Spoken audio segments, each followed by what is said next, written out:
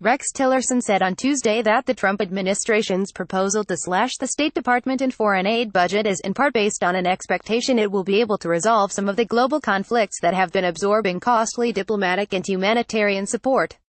But in a vivid display of the most urgent diplomatic challenge facing the U.S., Tillerson was speaking as North Korea carried out a new ballistic missile test, the first since it fired a missile over Japan in mid-September. The Secretary of State presented this rationale for the budget cut at a time when he is under fire from former U.S. diplomats for gutting his State Department amid multiple crises around the world, an allegation Tillerson denied. Tillerson, a former ExxonMobil oil executive, has faced a rising chorus of criticism for his management of U.S. diplomacy. On Tuesday, the former director of the State Department Policy Planning Office, David McKean, complained that Tillerson had become fixated on restructuring the department, at the expense of substantive diplomatic work. McKean's commentary in Politico was titled "Rex Tillerson is fiddling with PowerPoint while the world burns."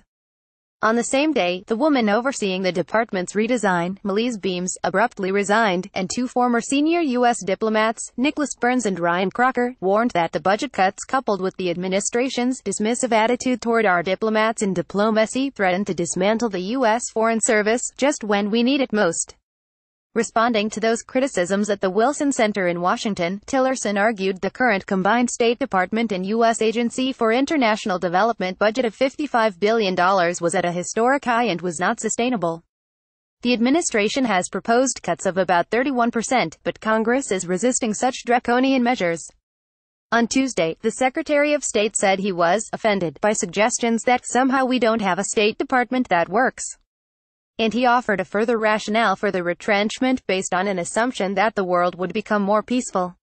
Part of this bringing the budget numbers back down is reflective of an expectation that we're going to have success in some of these conflict areas, getting these conflicts resolved and moving to a different place in terms of the kind of support we have to give, Tillerson said. However, elsewhere in Washington, reporters at the Pentagon were told on Tuesday by the top U.S. commander in Afghanistan, Gen. John Nicholson, that the U.S. combat operations in Afghanistan would increase dramatically over what we have done in the past year. Nicholson last week described the 16-year-old war as a stalemate, but on Tuesday claimed it had turned a corner, and that the momentum was now with the Afghan security forces.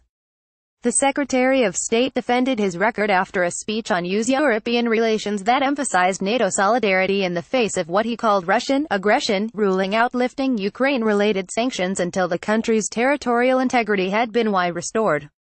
Tillerson said the conflict in Ukraine would not be resolved without the restoration of Ukrainian sovereignty and territorial integrity.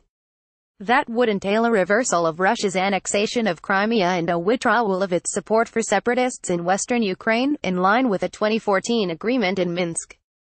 Any resolution of the war that doesn't entail a independent, sovereign and territorially whole Ukraine is unacceptable, Tillerson said. Russia chose to violate the sovereignty of the largest country in Europe.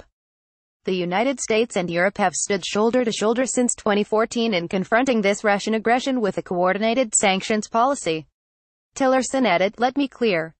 Related sanctions will remain in place until Russia reverses the actions that triggered them."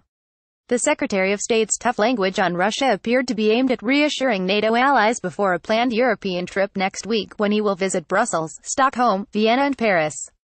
He also had a message on Brexit, vowing that the U.S. was committed to maintaining its special relationship with the UK and a strong relationship with the EU. He urged both parties to resolve their divorce swiftly and without unnecessary acrimony.